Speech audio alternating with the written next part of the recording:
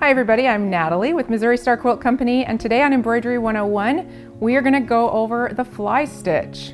It's a fun stitch that works great in all kinds of things. It looks like it might just be a straight stitch, but it's a little bit trickier than that, and it turns out really cute. So what we're going to do is we're going to have a knot in our thread.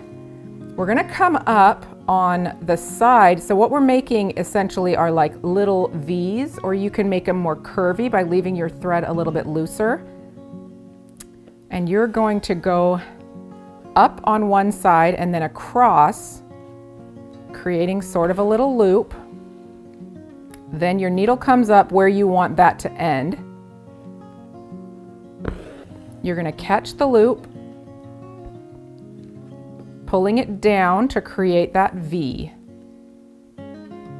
So you can see how if I leave it loose, it can be curvy, and if I pull it tight, it makes a nice snug V. All right, so let's show this one just a little bit closer. We're gonna come up here on this point where we want our little flying V to be. We'll go back down on the other side. Pull it kind of tight because you don't need a lot of stretch to make it end where we want it. Our next stitch comes up at the point of the last V that we've made. So you can slide your needle around and make sure it's in the right spot. Whoops. And I kind of want them to line up so it's a straight line. Then I'm going to come forward and grab that loop. Make sure that I've pulled my thread nice and tight. I've got some extra thread on the back, that's why I'm pulling that through. Okay.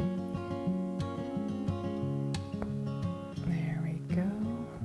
Just make that all work. Sometimes embroidery gets a little fidgety, but now I'm gonna put my anchoring stitch right here at this point. I don't know if you can see that. That's where we're gonna go in. And when you pull it tight, it should line right up how you want it. All right, so the cute little project that I have to show you is this little bucket hat, and it is adorable. It has all of these little daisy flowers. The fly stitch is what makes up all the stems and the leaves. You can see they're just single strands of thread. It looks really great and fun. It's easy to do.